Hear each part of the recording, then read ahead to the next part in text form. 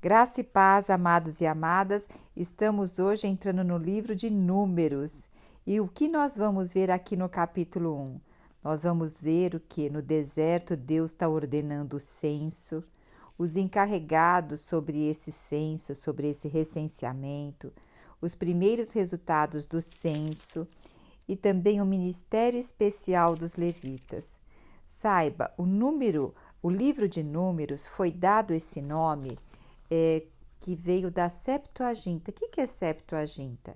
É a mais antiga tradução feita no grego do Antigo Testamento. Mas a Bíblia, a Bíblia hebraica, não tem esse nome, esse livro. Tem o nome de escrito no deserto. Porque veja só, veja o versículo 1, diz assim: Então Yahvé falou a Moisés no deserto do Sinai. Então, a Bíblia hebraica, o nome dela, desse livro, é No Deserto. E o que é o deserto? Né? A gente já vem vendo sobre isso. É um ambiente, não é nada popular, né? E muito menos desejável. E aqui o deserto é o quê? É uma transição. O povo saiu do Egito, foi liberto pela mão forte do Senhor, do Egito, do mundo, e ele está a caminho à terra prometida, que é a terra de Canaã. E esse caminho é o quê? O caminho é o deserto. E o que nós vemos aqui? Vamos lembrar um pouquinho só. O livro de Levítico, o povo ficou parado ali no Monte Sinai. Ele ficou parado ali por um pouco tempo para receber um manual do viver, como servir a Deus, como estar servindo no tabernáculo, a construção do tabernáculo, como que teria a vida deles em comunidade, tudo tendo foco de adoração e honrar e obedecer a Deus. Agora aqui no livro de Levíticos, nós vamos ver o Senhor já dando uma ordem. E olha só o que diz no versículo 1. Diz assim: No primeiro dia do segundo mês do segundo ano após a saída da terra do Egito. Então o povo, quanto tempo o povo já tinha saído do Egito? 2 anos. E o que nós vamos ver no livro de Números? Nós vamos ver essa peregrinação do povo no deserto. Nós vamos ver os outros 38 anos quando o povo peregrinou no deserto. Então, a palavra no deserto, ela é muito forte, porque aqui vai estar falando de todo o povo que vai ficar esses 38 no deserto. E vamos ressaltar mais uma vez, deserto. O deserto para que serve? Para aprofundar a nossa confiança, a nossa dependência de Deus. No deserto, a gente depende totalmente daquilo que é mais básico, né? Alimentação e água. No deserto a gente anda por fé, a gente não anda pelo raciocínio, porque a nossa natureza do nosso coração, ela vai ser testada no deserto, né? E no deserto o Senhor também se revela a nós e se aprofunda em nós. Agora, o que pode acontecer contrário a isso no deserto? É desconfiar, duvidar da provisão e da bondade e da fidelidade de Deus. Inclusive, nós vamos ver aqui em Números várias coisas acontecendo sobre o que?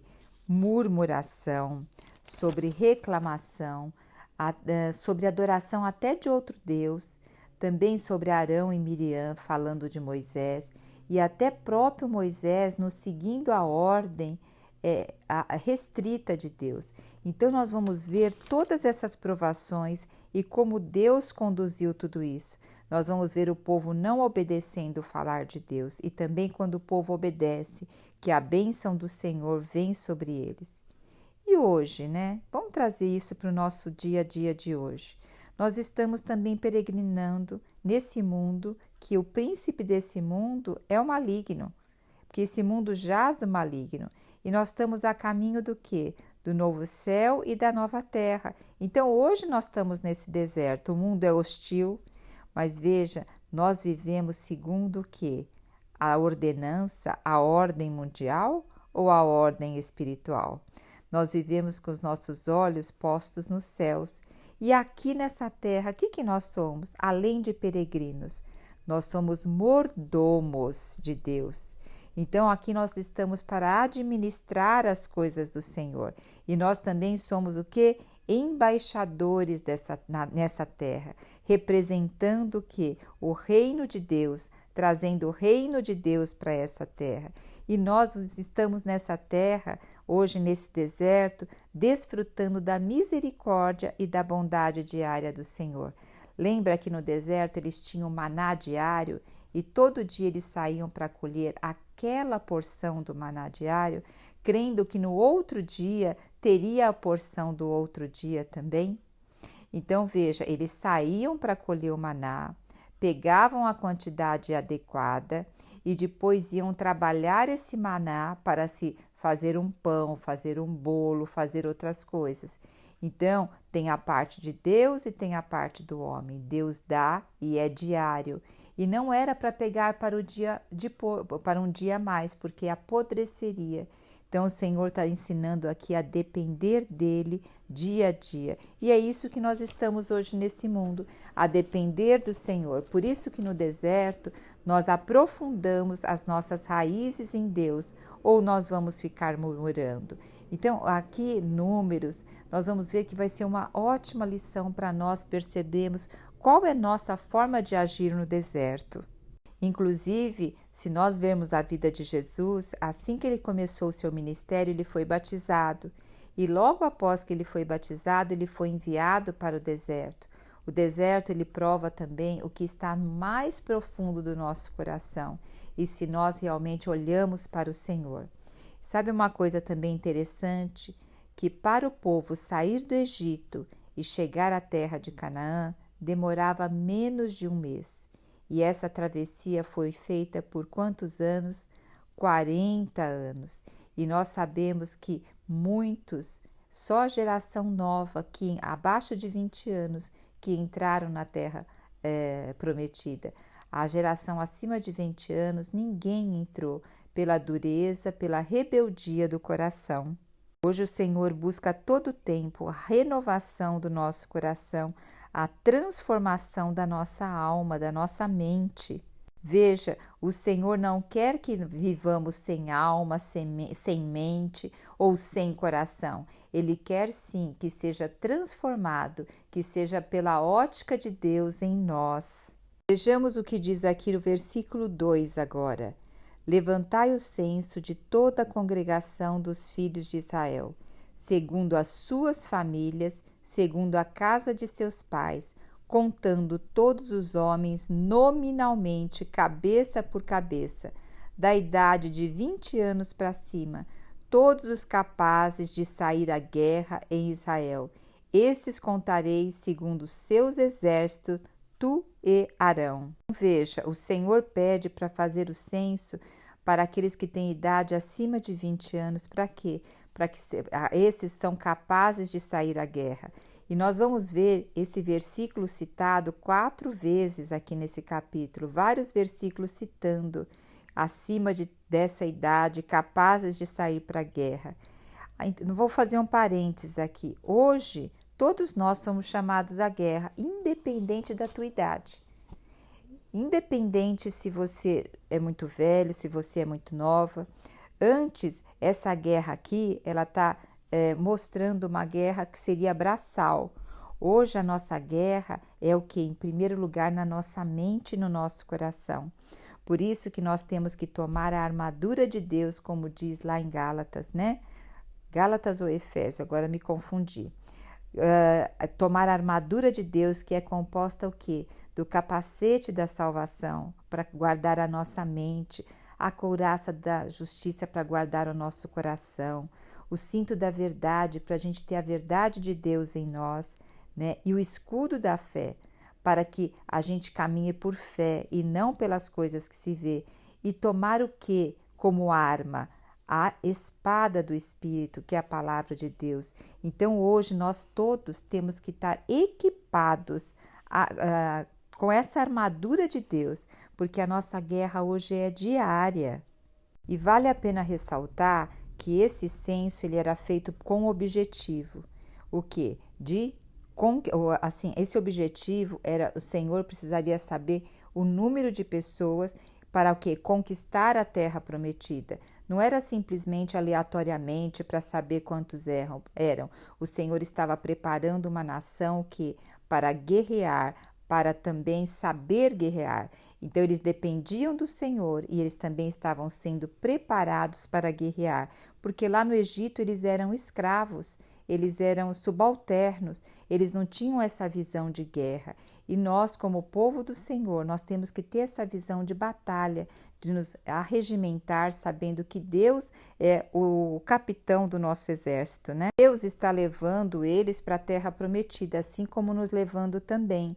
Então tem a fidelidade de Deus e também tem que ter o nosso comprometimento, o nosso envolvimento, que é a nossa obediência, e preparados para guerrear essa guerra de trazer o reino do Senhor para a terra. E também o que? Nós hoje somos tabernáculo do Espírito Santo, e para preservar esse tabernáculo do Espírito Santo é diariamente uma guerra. No versículo 46 diz assim: o total dos recenseados foi 603.550 homens. Então veja só o total que teve desses homens preparados para a guerra. E aqui nós podemos também perceber essa quantidade representando a bênção prometida a Abraão. Lembra que o Senhor falava a Abraão que a nação seria numerosa, que ela seria tão grande que seria como as estrelas do céu e a areia do mar? Porque veja, além desses 603 homens preparados para a guerra, tinha mulheres, crianças, tinha as pessoas mais idosas, então pode pôr aí 2 milhões de pessoas. E hoje, contando toda essa numeração daqueles que aceitaram o Senhor, do povo de Israel, se cumpriu, né, a promessa feita a Abraão, que é estrelas dos que seriam numerosas como as estrelas do céu e a areia do mar. E esse exército hoje, que nós estamos inseridos nele, está registrado aonde? No livro da vida. Então, o meu nome, o teu nome, ele está recenseado hoje no livro da vida. Então, não importa como você começou a tua vida, importa como você vai terminar. Vamos permanecer firmes para continuar com o nome ali, como exército do Senhor no livro da vida. Observando novamente esse número grande de homens preparados para a guerra, o que a gente tem que tomar muito cuidado, que não é questão de número, pois quem vence a batalha é a bênção e a mão de Deus, que vem por meio que? Da obediência. Então não é a força militar, mas é a força de Deus que vence a batalha. E isso nós vamos ver ao longo do livro de Números, e nós vamos ver ao longo da Bíblia como isso o Senhor ressalta. Porque quando o povo está em consonância com o Senhor, está obediente, está seguindo ao Senhor, a bênção do Senhor está com ele nas batalhas, independente do número de homens que exista. Agora, a partir do versículo 47, nós vamos ver o que? O ministério especial dos levitas.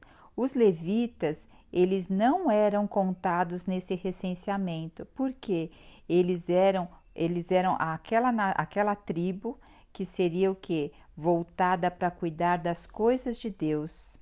E veja o que diz o versículo 53, como a forma que os levitas iam acampar, porque cada tribo ia acampar numa determinada posição. Agora, olha os levitas como iria acampar.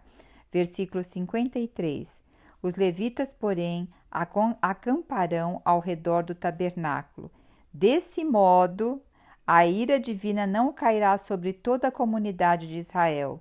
Os levitas terão a responsabilidade de cuidar do tabernáculo que guarda as tábuas da aliança. Olha só, eles seriam como muros ali, para guardar o quê? Desse modo, a ira divina não cairá sobre toda a comunidade de Israel. Eles iam ser como um muro acampando ao redor do tabernáculo. Então, eles estavam guardando ali o tabernáculo, tanto de uma invasão externa, como também dos pecados do povo. De que forma? Levando o quê? A cumprir as ordenanças que o Senhor estava dando, a conduzir o povo de Israel né? Os levitas zelariam pela forma de adoração, pela forma que o Senhor tinha ordenado, todas as coisas que ele deu ali próximo ao Monte Sinai, para guardar tudo aquilo que o Senhor havia ordenado. E também trazendo hoje para a nossa realidade, nós também temos os inimigos. Nós temos os inimigos externos e nós temos o inimigo interno. Nosso inimigo interno está muito voltado à nossa alma, que envolve o ego. Quando a alma não está voltada para as coisas do Senhor, ela está na linha do ego. E quando a nosso corpo não está voltado também para sujeitar a terra, ele está o quê? Na carne. Então hoje nós temos esses dois inimigos internos, que é o nosso ego e a nossa carne. E os inimigos externos, eles vêm tanto de fora, como também são a permissibilidade que nós damos o quê? Para ficar, o que nós vamos ver, com quem nós vamos andar, o que nós vamos ler, o que nós vamos ouvir. Esses são inimigos externos que a gente deixa entrar dentro de nós. E muitas vezes a gente fica buscando outros tipos de inimigos, mas os maiores inimigos são esses. Então vamos estabelecer muros ao nosso redor, muros o quê? Que nos levem a olhar para as coisas do alto e viver o quê? No Espírito. Outra coisa que é muito interessante nesse livro a gente observar, aqui em Números 1, é o princípio da família. Era contado o quê? Contado conforme família, com cada homem ali da família. Então a família é o núcleo, é o início de tudo. O princípio da palavra, ela tem a base na família. Veja, na família um conhece um ao outro, cada um sabe da necessidade maior um do outro e nós podemos carregar os fardos um dos outros. E nós temos também aqui relevância em duas famílias, a nossa própria família e a família da fé. Então, lembrando que a nossa família em particular, as famílias fracas, elas influenciam na vida da igreja, levando uma vida da igreja fraca. E uma igreja também onde não há união entre os irmãos, como uma família, como o jeito que o Senhor quer, enfraquece o canal de Deus para trazer o reino de Deus para essa terra. Porque o Senhor mandou a gente sujeitar e governar essa terra. Então, quando nós estamos unidos como família, nós podemos o que? Estar como um exército e o Senhor nos governando. Agora perceba, o Senhor também está fazendo o censo hoje, né? Pois estamos a caminho da Nova Jerusalém, né? Do novo céus e na nova terra. E como você, como eu, estamos nos apresentando nesse censo? Lembre-se, existe uma batalha diária, tanto individual como coletiva. A individual, como eu acabei de falar, está aí no nosso ego, na nossa carne. A externa, como nos portamos aqui nesse mundo, o que nós permitimos que entre pelos órgãos do sentido em nós. E temos a batalha coletiva como igreja, seguindo um falar profético. Então, como nós estamos nos preparando dia a dia? Estamos nos permitindo ser preparados para a guerra? Ou melhor, estamos sendo vencedor diariamente nessa guerra? O vencedor não é amanhã, vencer essas pequenas batalhas diárias para que a gente vença o quê? A batalha final e nós recebamos o quê? A coroa da vida. Olha, eu gosto muito de uma frase que diz assim: não importa o seu início, e sim importa o seu final e a estrada por onde você está percorrendo, qual direção que você está indo. Então não se importa como foi seu dia ontem, perceba como vai ser a partir de agora. O que interessa é a decisão que você está tomando agora. Faça isso agora. Lembre-se, o poder começa no agora. Caminhar sendo vencedor é dia a dia e é no sangue de Cristo. Aleluia por nós termos começado hoje o livro de Números, por essa graça que o Senhor está nos dando de nós conhecermos mais Ele em profundidade. Jesus Cristo é o nosso Senhor.